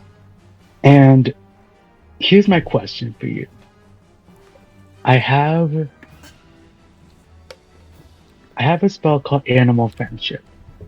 And I'm not casting it per se, but I just wanted to see, because I'm assuming the Hoa has intelligence of a higher, so the spell would fail. But would that message get across? Because he's not trying to charm it because it's going to fail, but it's like he doesn't intend it harm, I guess. I think maybe the only problem with that spell is I don't think a nightmare is a beast. Nightmare is a fiend. Yeah. So So it wouldn't be a valid target for the spell. well, Lep doesn't know that. Go ahead. He'll use It that. looks like a spell horse, so slot. therefore it must be a horse. Exactly. I think the same thing. It's possible that it could come in handy in some future encounter with the creature, depending on what happens with its rider. Yeah, I mean, he casts it, and whether it does something or not, he doesn't know. But that's his turn. Krayley. Krayley will still not head towards the group.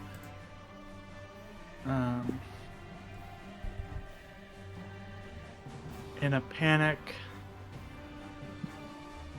he will take his last mystery potion. Roll a d20. This is loading for me. Go.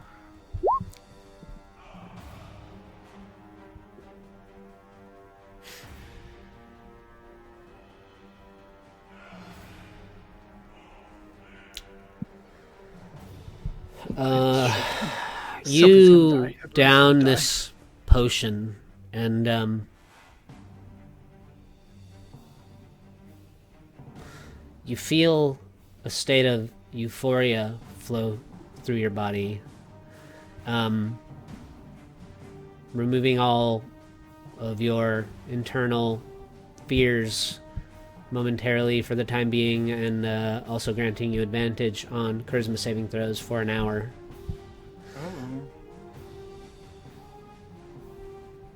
So despite, however, the odds look to you in this situation, you find some,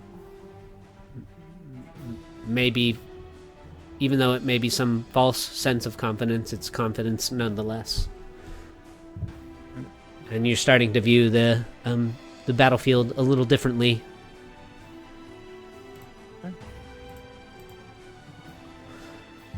I'm fine just spending my turn drinking that potion and feeling that euphoria, Okay. so to speak.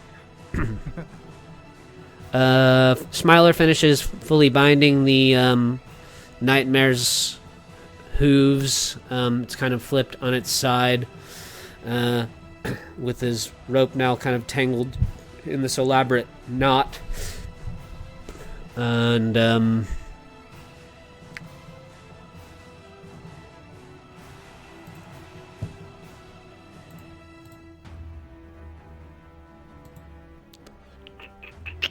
the knight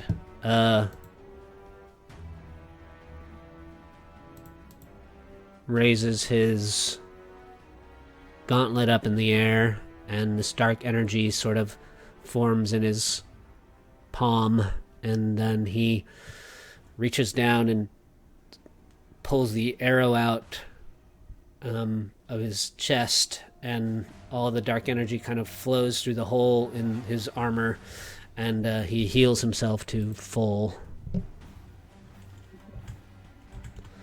And you're uncertain if that has any effect of on the strength damage he's taken, Mavathor, but then he makes... Oh, sorry, no, he doesn't make anything.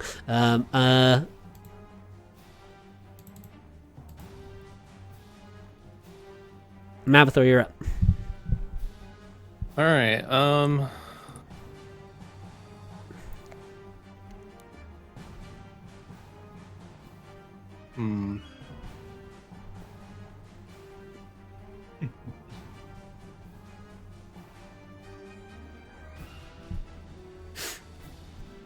Well, yeah, there's really not an overwhelming amount you can do, so he'll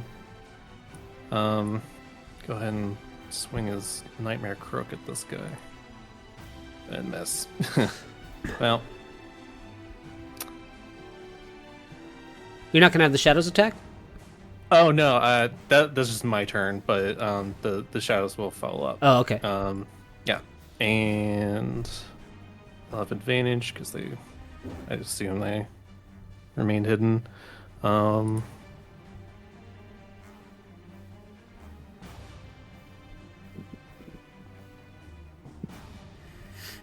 Roll the strength damage. I think one of them misses.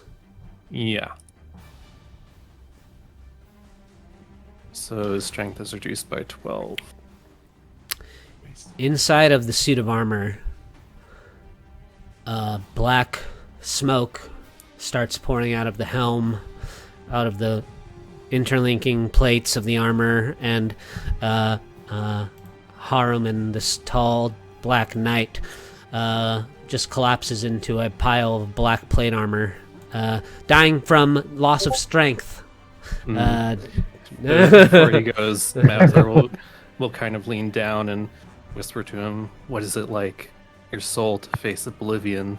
I hear it's excruciating." The kind of like a fog machine, the black smoke starts to spread out and around Harumon's hill, kind of hovering at your ankle length, but sort of covering the whole hillside. And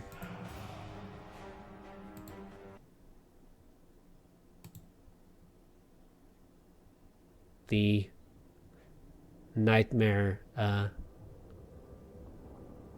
sort of huffs a couple times and then stops struggling against the bindings.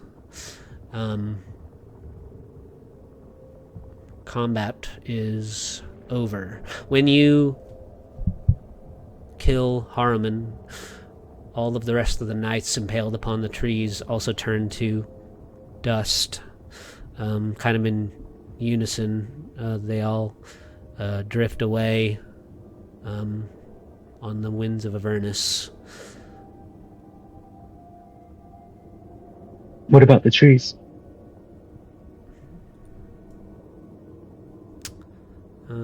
The trees remain. Mm.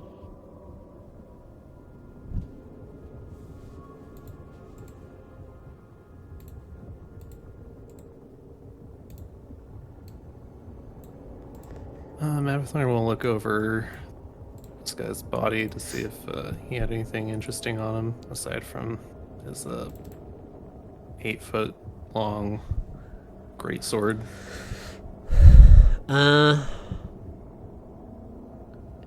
Yeah, aside from his dark plate mail armor, there's a set of spurs.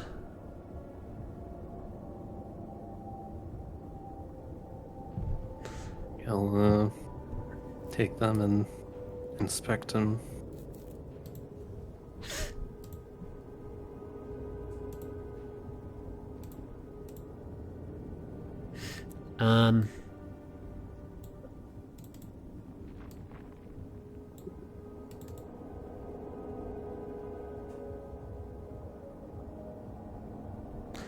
What are you inspecting them for in particular? Just seeing if they're like magical at all, or if there's anything special. Yeah, make an arcana. Purely. Make an arcana check. Okay. Yeah. I also have identify.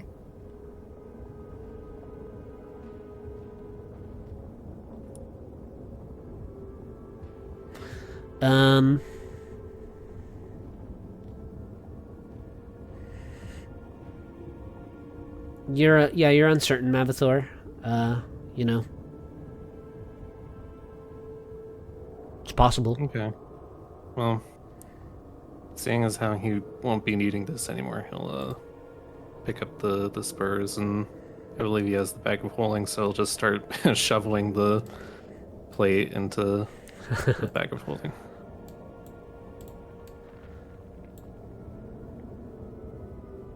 Or You do so.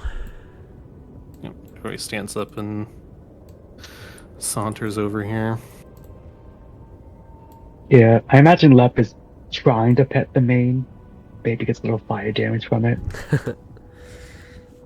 Gonna take off the rope, the little lasso.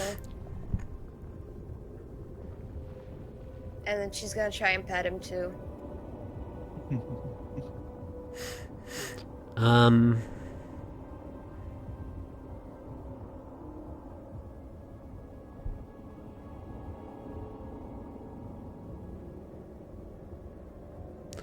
The creature, when you undo its binds, it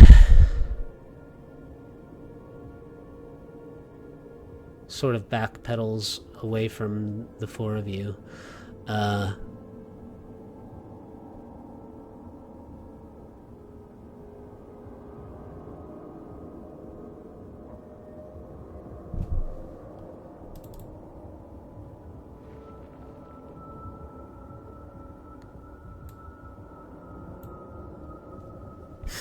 It huffs a few times. Dark smoke comes out its nostrils.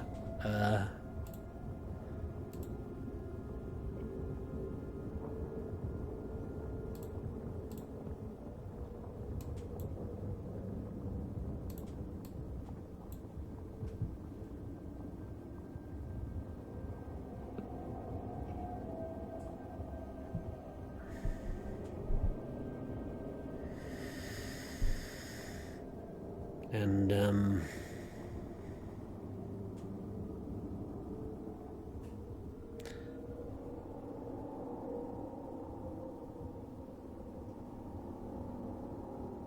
it's hard to tell, but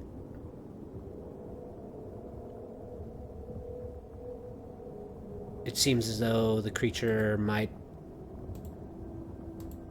take off at any moment. Sylvie's Well- gonna like hold her hand out as like a peace offering. I don't want to harm you. I just want to be your friend. Please, I'm really sad. Zeb translates it for her. Or for him. The horse.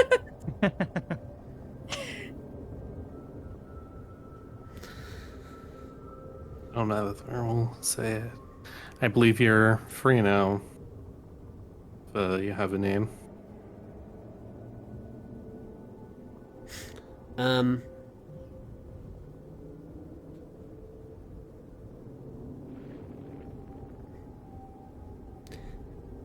Make a animal handling check, Sylvie.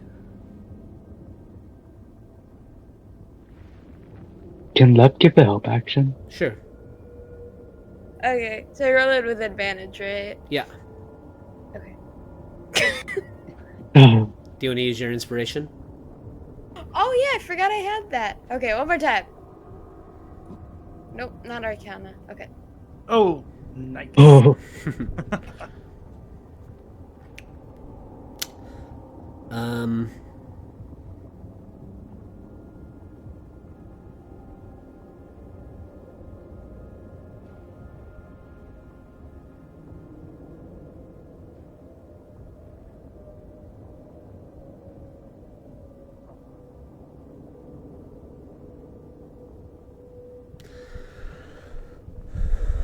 the creature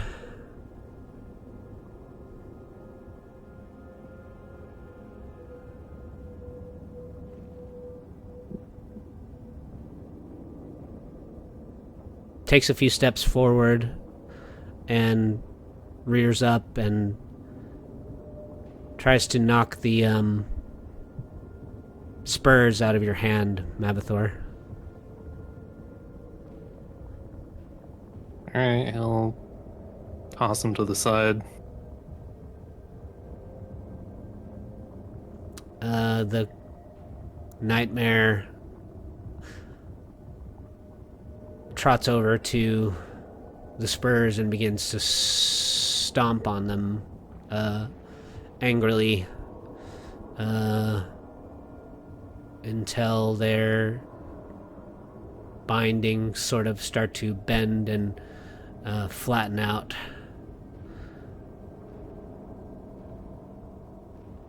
Why don't you guys make some insight checks? Clearly still a little too far to really be participating.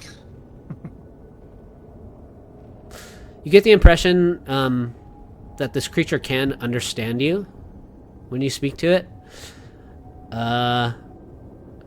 It seems grateful to have been freed from the service of its rider.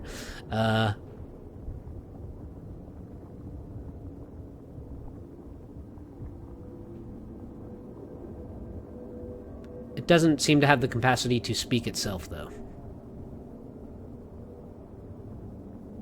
oh, so those words it said weren't something it said?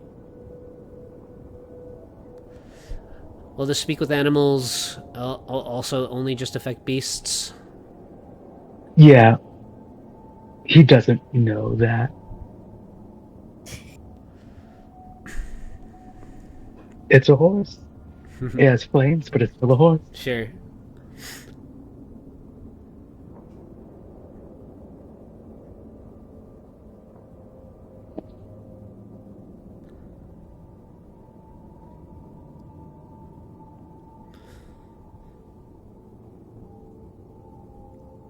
The creature, after destroying the Harumon spurs,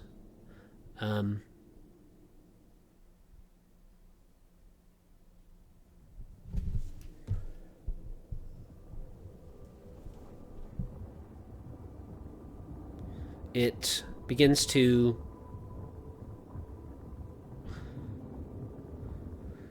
sort of heave. You see it starting to draw big breaths in, and it starts to like trot in kind of a circular motion, kicking up some of the smoke now rolling over Harumon's hill. And these tendrils of black smoke begin to sort of whirl up around each of you who's standing near the nightmare. And as an infernal gift before it departs, it grants you all a permanent blessing of +1 to your saving throws. Wow. I want to give you this horse, but you've just rolled very bad animal handling checks. Yeah. I tried to help. It's okay. It's okay. And, Sophie's not very wise.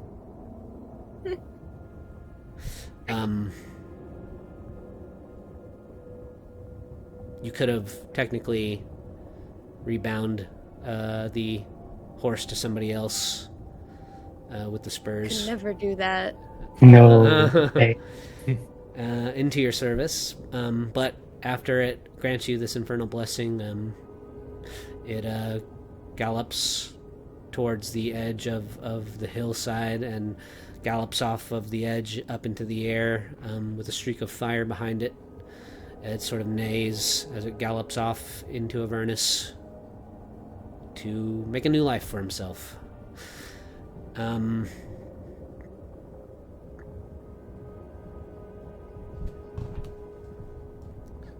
You guys are level 8 now, Ooh. and we will take a little 5-minute session break right here.